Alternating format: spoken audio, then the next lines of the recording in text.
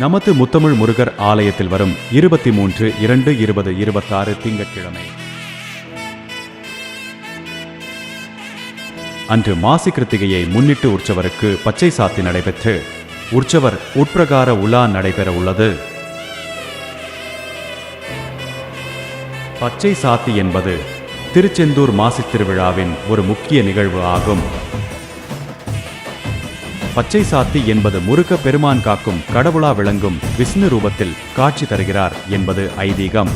ஆகையால் பக்தர்கள் தங்களால் இயன்ற பச்சை நிறப்பூக்களை மற்றும் வில்வம், திருநீறு பச்சை இலை, தவனம், மறிக்கொழுத்து ஆகியவை கொடுக்கலாம்.